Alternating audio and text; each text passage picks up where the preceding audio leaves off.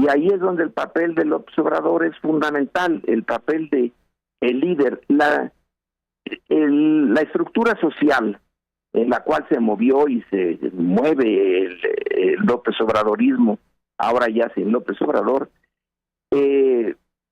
estaba lista, disponible para desafiar ese régimen político con su creciente propensión a la oligarquía que venía de sexenios y sexenios atrás.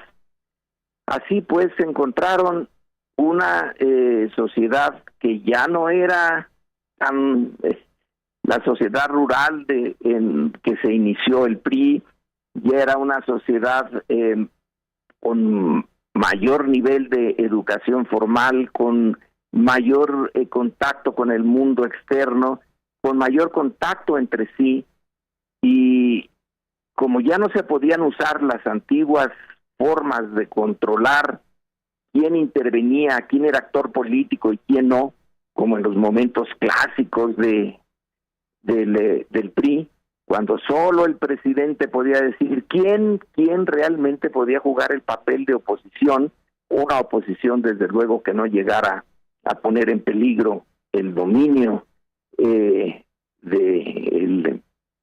presidente, del PRI, del sistema. Pero esa fórmula se había ido desgastando.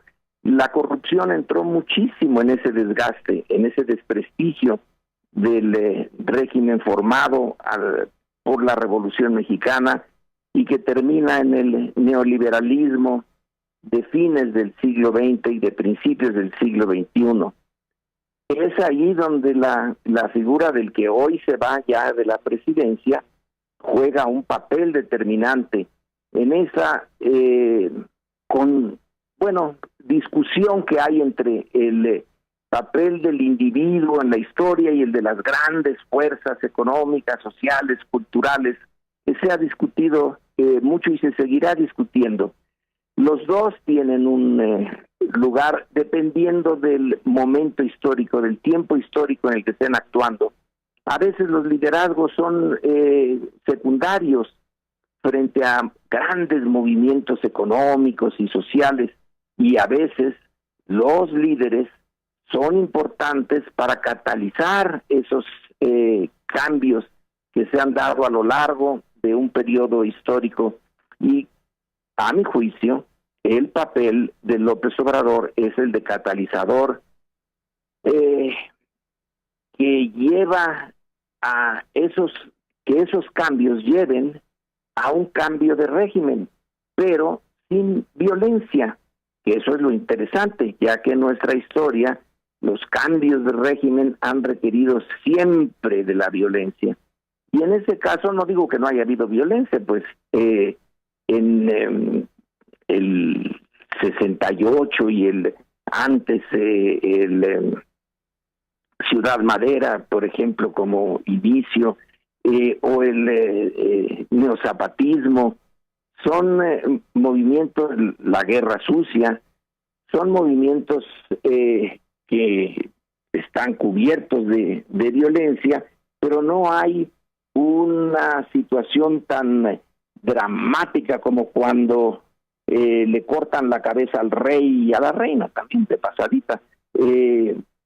En la Revolución Francesa, que es la revolución por excelencia, la revolución política por excelencia, bueno, no hay algo parecido. Es una evolución lenta que requirió de varios intentos antes de poder introducir la democracia política, que en el caso mexicano se introduce por la izquierda y que estamos experimentando hoy una cosa bastante excepcional, la transición de un gobierno a otro gobierno de la misma especie. Se va López Obrador, pero no se va el López Obradorismo. La encargada de dirigir desde el puesto más importante de México, la presidencia, Claudia Sheinbaum, ha repetido ad infinitum que ella va a seguir el gran trazo que ya se venía siguiendo con el López Obradorismo. No va a cambiar el régimen capitalista, que es el que domina la economía mexicana, pero sí lo va a moderar. Y ha dicho varias veces algo que ya quedaba claro con López Obrador, que por un lado están los grandes intereses económicos, el poder económico, y por el otro lado el poder político. En la teoría tradicional de la izquierda, pues el poder político era simplemente el encargado de administrar los intereses del poder económico. Pero esa visión tan radical y tan clara, pero también tan simple de Marx, ya no funciona.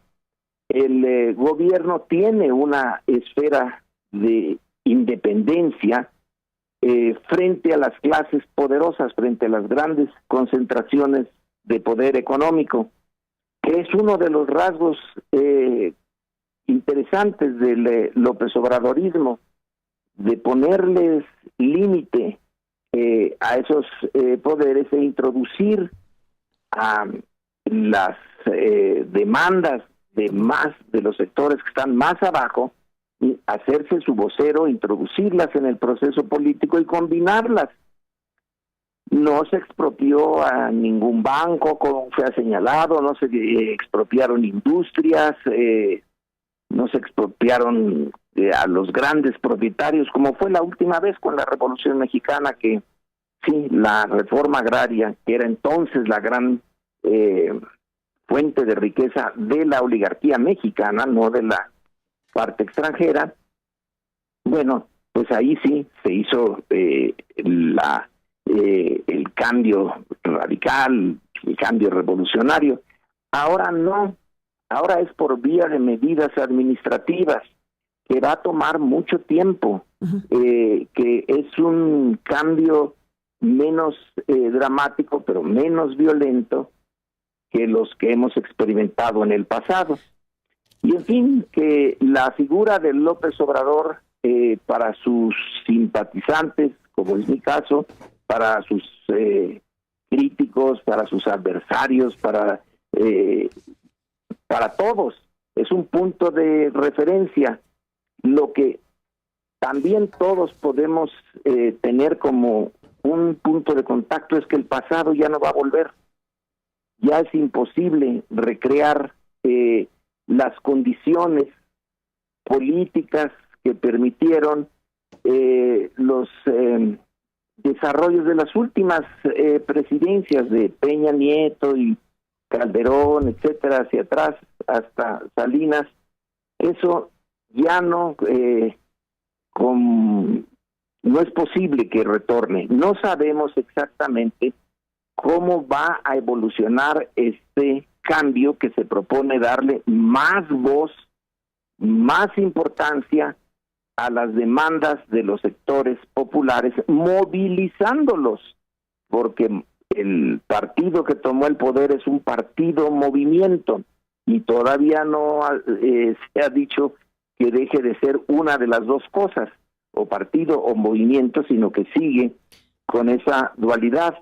Entonces van a seguir movilizaciones, la derecha también se movilizará en la medida en que lo considere adecuado, y vamos a tener entonces una política complicada en ese sentido, pero muy abierta.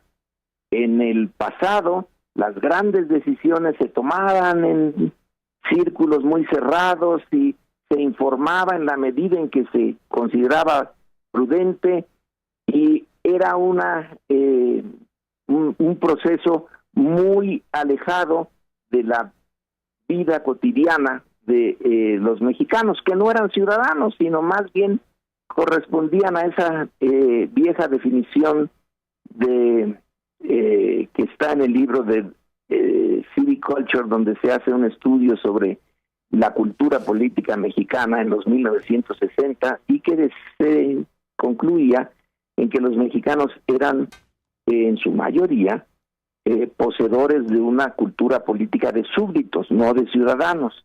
Bueno, ahora sí la tenemos de ciudadanos, a mi juicio, y creo que está compartido por muchos otros.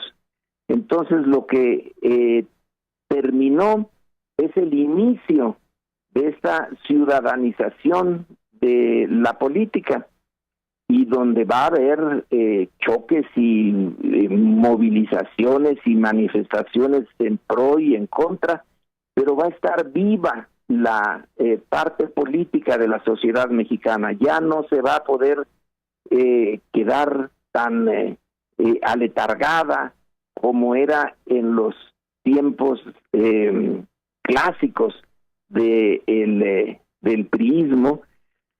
Y bueno, entramos en una historia diferente.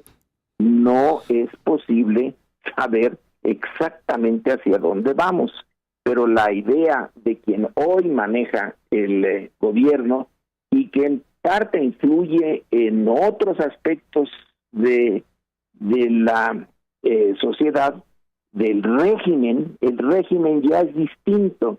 Y ese régimen tiene que tomar en cuenta, como no se tomó por un buen tiempo, los intereses, demandas de los grupos que están hasta abajo en la estructura social. Que va a ser complicada la política, más complicada de lo que es ahora, pero a la vez más sana. Y creo que esa es una reflexión desde uno de los ángulos en que se va a examinar a el López Obrador, al López Obradorismo, a sus acciones en política y en cultura política de México. Y bueno, cada quien tendrá su opinión, que hacer su propia evaluación y listo. Vámonos hacia adelante. Listo, Lorenzo Meyer, y vamos hacia adelante. Estaremos al pendiente mañana del cambio de gobierno y por lo pronto, gracias por estar aquí para analizar esto que se cierra. Gracias y buenos días. Buenos días. Buenos días.